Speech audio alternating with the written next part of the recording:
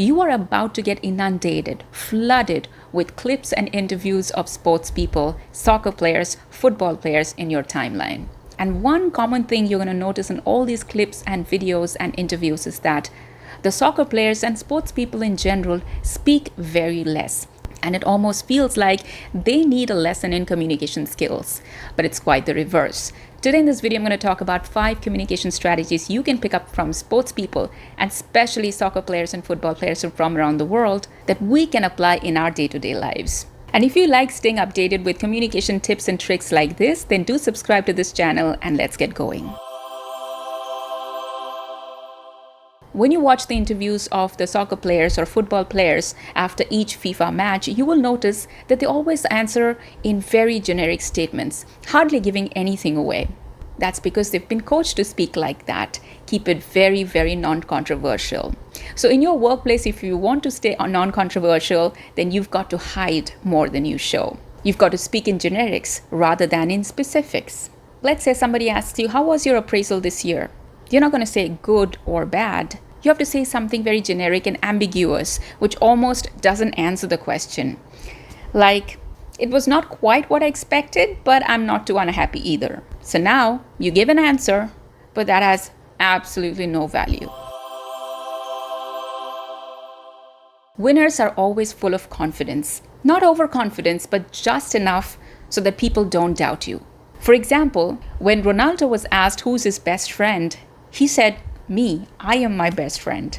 When Messi was asked about being an overnight success, he said it took him 17 years and 115 days to become an overnight success, which shows that they never doubted themselves. They believed in themselves first. And whenever they communicate, that comes across. So next time somebody asks you, do you think you'll be able to do this? You should probably not say, I think so. You should probably look at a little more confident statement like, absolutely, I've been waiting for this opportunity. Do like and subscribe if you've made this far. By the way, it's a new channel and I would love to know where you're watching me from. When you're playing a team sports like football, on the field, the team players are in such random positions and so far away, and then there is this enormous sound of the crowd, so you can barely hear each other. And presently in the modern times, almost every team is a multicultural team. There are players from many different countries speaking many different languages. So most of the time, the players communicate with each other through body language. And body language also helps us when we want to communicate with specific people, but we want to be discreet. As a mother, we all have that mother eyes, like. So yes, being able to communicate through your body language and be receptive towards other people's body language is a masterful skill to have. And now that the football season is on, everybody is watching the FIFA games. If you focus, you'll be able to see a lot of that on the field.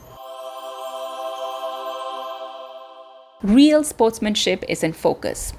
You will see when you're watching the FIFA games that there is so much noise in the crowd. Especially football crowds are notorious for being loud, in a good way, in a fun way. They dress up in such colorful ways and they have their anthems and they sing and they do the Mexican waves. But when the players are on the field and playing, they're 200% focused, and all the noise that the people around them are making just bounces off them like it's nothing. So there's a concept of noise versus signals. Noise is the sound you don't need to hear, and signal is the sound that you need to pick up on. And being able to filter the signal and the noise is very, very critical. So how do you apply that in your workplace? When people are giving you a lot of advice and criticism from all around, you need to know what to pick and what to discard. If you see all the big soccer players in FIFA this year or in the past, you will see so many of them come from such humble backgrounds. Some even change countries and start playing for teams and travel around the world and really become global citizens loved by the entire world. But they seldom give up on their origin story. They're usually always proud of where they come from. And sports especially has this thing about it that they actually want you to be proud of where you're from. Messi recently visited India, and lakhs of people turned up to see Messi, the god of football, for them. They filled up stadiums and spent all their savings just to buy a ticket to watch him talk. And when Messi finally spoke the few little words that he did, they couldn't understand a word of it because Messi continued to speak in Spanish.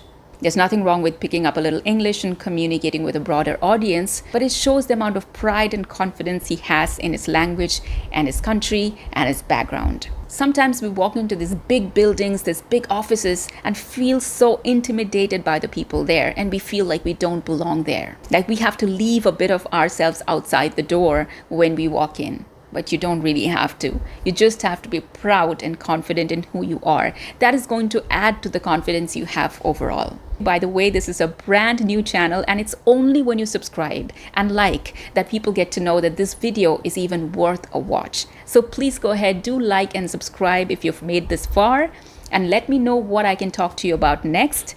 Your ideas are most welcome, and so is your subscription, and I hope to see you in the next video.